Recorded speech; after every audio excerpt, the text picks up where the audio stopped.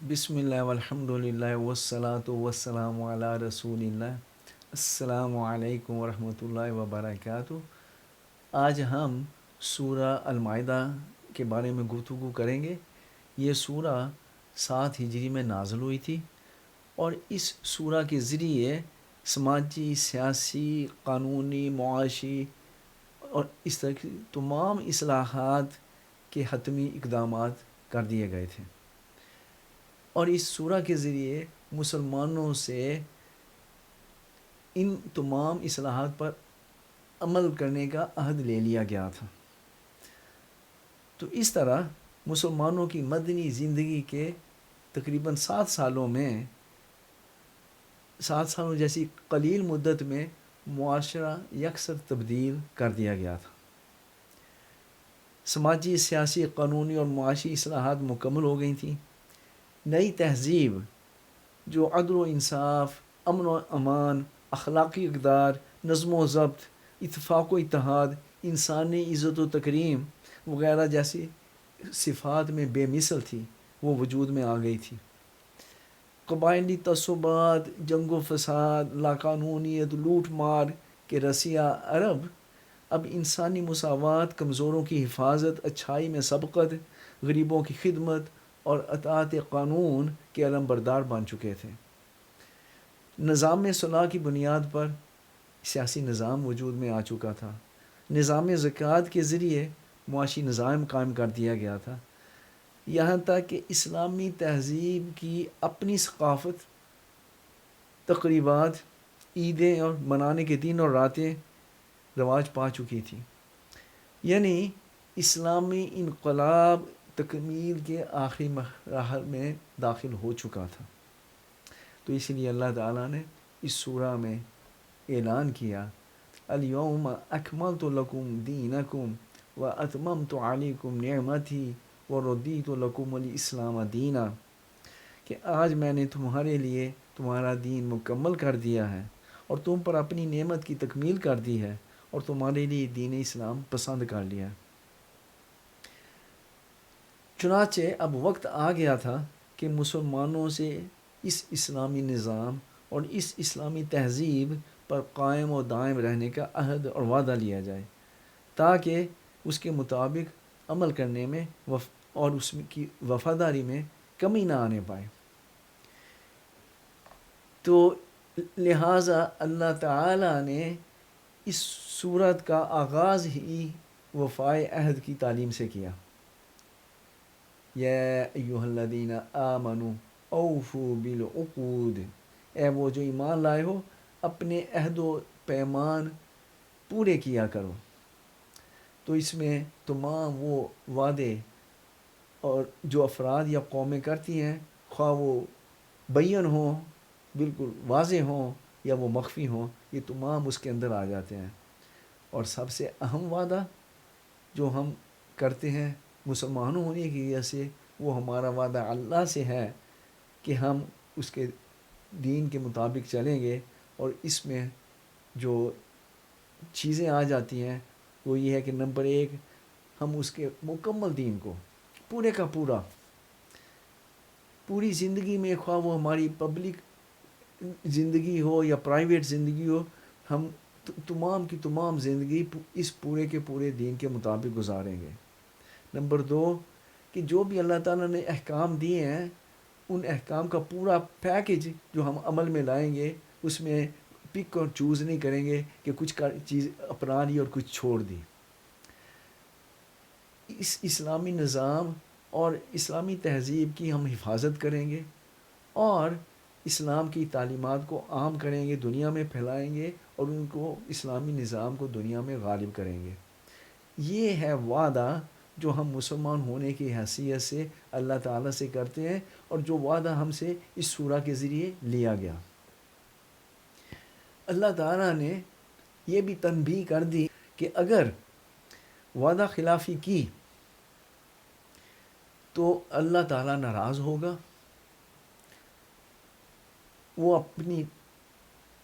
وہ لعنت کرے گا، لوگوں کے دل پتھر بنا دے گا اور مسلمان فرقے بن کے آپس میں قیامت تک لڑتے جھگڑتے رہیں گے.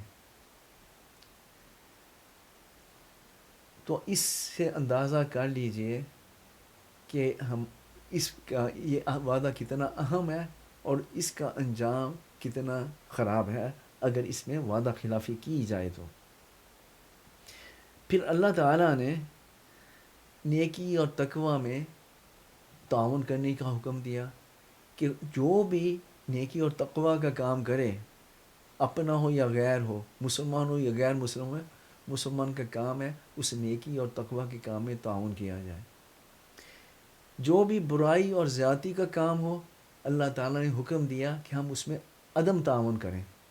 تو مطلب یہ ہوا کہ مسلمان کسی بھی حالات میں نیوٹرل نہیں ہو سکتا۔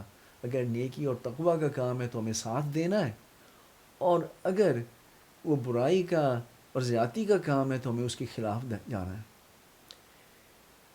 اس کے بعد کھانے کے احکام پہلے کئی مرتبہ دیے جا چکے تھے، لیکن اس مرتبہ آخری مرتبہ اللہ تعالیٰ نے وہ 4 چیزیں پھر دہرائیں جو مسلمانوں کے لیے حرام کی گئی ہیں: مردار، خون، خنزیر کا گوشت، اور وہ تمام چیزیں جو کسی غیر اللہ کے لیے نظر کے طور پر پیش کی جائیں، جن کے اوپر اللہ کے علاوہ کسی اور کا نام لیا جائے۔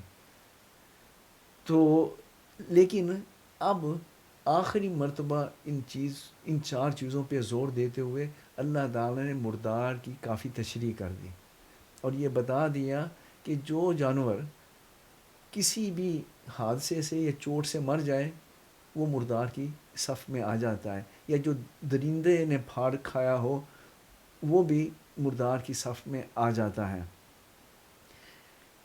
جو کسی درگاہ پہ یا کسی دربار میں چڑھاوے کے طور پہ چڑھایا ہو، وہ جانور بھی خواہ اللہ کا نام لے کر ہی ذبح کیا ہو، وہ بھی اس مردار کی صف میں آ جاتا ہے، وہ بھی حرام ہو جاتا ہے۔ تو مردار کی تعریف یہ ہے کہ ایسا جانور، جو ایسا حلال جانور جو اللہ کا نام لے کے ذبح نہ کیا گیا ہو اپنے کھانے کے لیے، بلکہ وہ کسی اور طریقے سے مر گیا ہو، وہ تمام مردار ہیں۔ یعنی اگر کسی جانور کو اللہ کا نام لے کر باقاعدہ ارادتاً کھانے کے لیے ذبح نہیں کیا گیا، وہ جانور کسی بھی وجہ سے مرا ہو، وہ مردار ہے اور وہ حرام ہے۔ اور اس کے ساتھ جیسا کہ میں نے عرض کیا کہ کسی دربار پہ یا کسی اور کے لیے، غیر اللہ کے لیے جو جانور نظر کیا گیا ہو، چڑھایا گیا ہو، وہ بھی حرام ہے۔ اس کے بعد اللہ تعالیٰ نے اہل کتاب کا کھانا بھی حلال کر دیا، لیکن اس میں یاد رکھیں کہ اہل کتاب کا کھانا حلال کرنے سے اللہ کی مراد یہ ہے کہ وہ گوشت جو انہوں نے کتاب کی تعلیمات کے مطابق ذبح کیا ہو، اگر انہوں نے جھٹکا کر دیا تو وہ اہل کتاب کا کھانا نہیں ہوگا۔ اہل کتاب کا کھانا وہ ہوگا جو کتاب کے قانون کے مطابق ذبح کیا گیا ہو۔ اسی طرح اللہ تعالیٰ نے اہل کتاب کی عورتوں سے شادی کی اجازت دے دی سورہ میں، لیکن شرط یہ لگائی کہ جس عورت سے شادی کی جائے وہ پاک دامن ہو اور ان سے خفیہ آشنائیاں نہ کی جا رہی ہوں۔ پھر اللہ تعالیٰ نے لوگوں کو یاد دلایا کہ وہ انصاف کے علم بردار بنے۔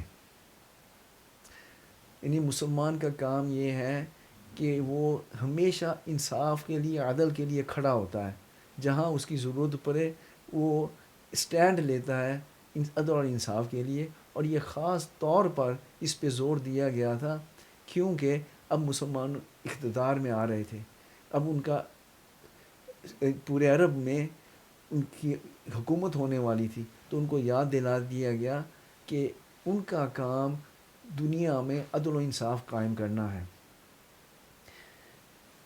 اس کے ساتھ ہی وضو اور غسل کے مسائل بھی بتائے گئے، اور اللہ تعالیٰ نے ایک بار پھر اہل کتاب کو قرآن کی طرف دعوت دی اور یہ واضح کیا کہ یہ کتاب قرآن اللہ کی طرف سے نور ہے جو راستہ دکھاتا ہے، اور یہ واضح کتاب ہے جس میں اللہ تعالیٰ نے تعلیمات کھول کھول کر بیان کر دی ہیں.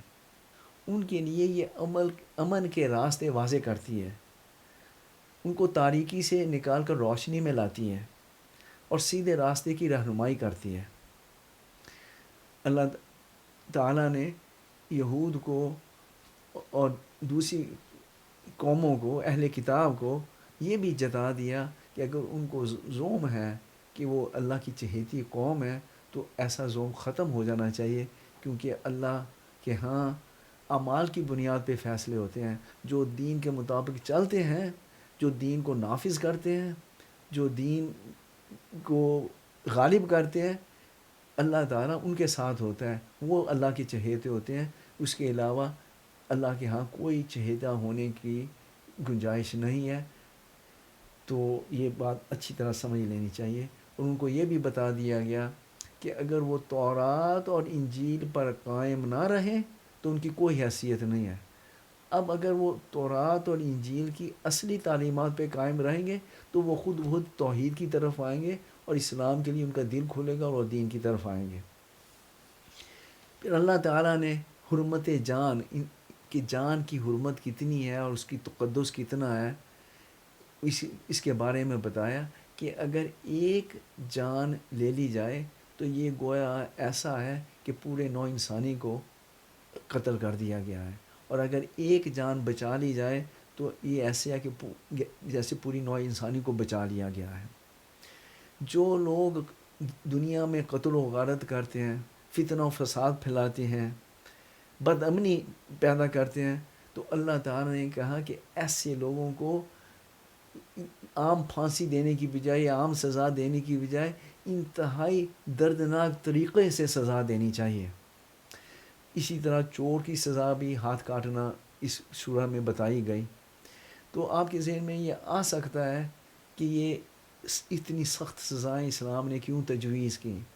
اب آپ یہ دیکھیں کہ جس قسم کا بے مثل معاشرہ اسلام نے قائم کیا، جس قسم کی بہترین سوسائٹی اسلام قائم کرنا چاہتا ہے، اگر اس میں جرم کرنے والوں کو فساد اور فتنہ پھیلانے کی اجازت دے دی جائے تو وہ نظام، اس کی بہترین ہونا اور یہ چیزیں قائم نہیں رہیں گی. تو اس لیے اللہ تعالیٰ ان کو ڈسکریج کرنے کے لیے بتاتا ہے کہ اب ماحول اچھا ہے، لوگ دین کے مطابق چل رہے ہیں، ان کے اندر ایمان ہے، وہ اللہ سے ڈر رہے ہیں، ان کے اعمال اچھے ہو چکے ہیں. تو اب اگر کوئی ایسی صورت میں کوئی شیطان کی اکساہٹ میں آ کے کوئی ایسا جرم کرتا ہے تو اس کی ایسی سزا ہونی چاہیے کہ باقی سب لوگوں کو اس کا سبق مل جائے. اور اللہ تعالیٰ نے یہ بھی واضح کر دیا کہ جو لوگ اللہ کے دین کے مطابق معاملات نہیں چلاتے اور جو لوگ اللہ کے دین کے مطابق جرم کی سزا نہیں دیتے، اصل میں وہ کافر ہیں، وہ ظالم ہیں، وہ فاسق ہیں.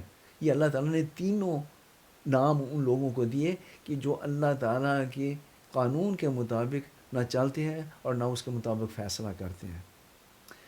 اس سورہ میں اللہ تعالیٰ نے قسم توڑنے کا کفارہ بھی مقرر کیا اور نشہ کے بارے میں آخری احکام دیے اور یہ بتا دیا کہ کسی قسم کا نشہ، جوا، درگاہوں پہ نذرانے چڑھانا اور فال گیری کرنا، یہ ایسے کام ہیں جو شیطان کی نجاست والے کام ہیں اور مسلمانوں کو ان سے دور دور رہنا چاہیے.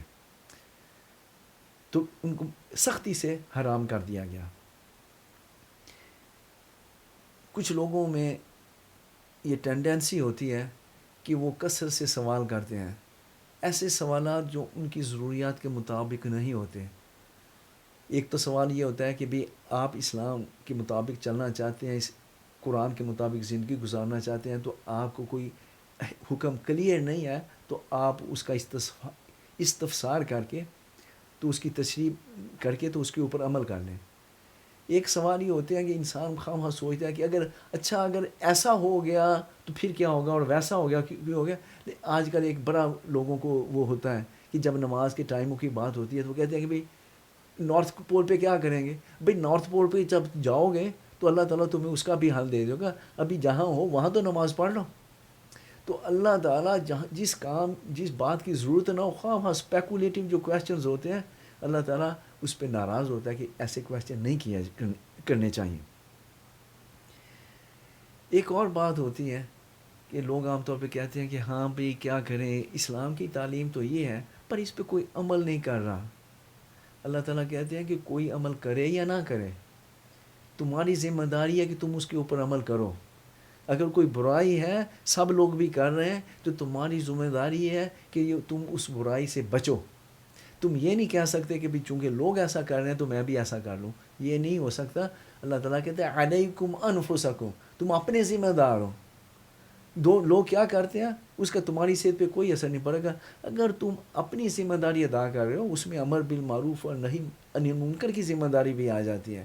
اگر تم اپنی ذمہ داری ادا کر رہے ہو تو پھر دوسروں کی کرتوت تمہارے اوپر اثردار نہیں ہوگی. تم اپنا کام کرو جو صحیح کام کرنے کا ہے، اگرچہ تم اکیلے بھی ہو.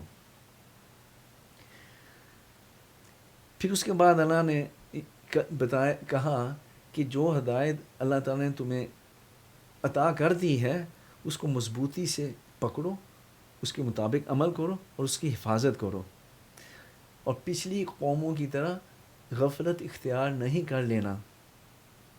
کیونکہ جو لوگ غفلت کرتے ہیں ان کے اندر منافقت آ جاتی ہے، وہ دعویٰ اسلام کا کرتے ہیں، عمل ان کے غیر اسلامی ہوتے ہیں، تو پھر یہ منافقت جو ہے قوموں کو تباہ کر دیتی ہے.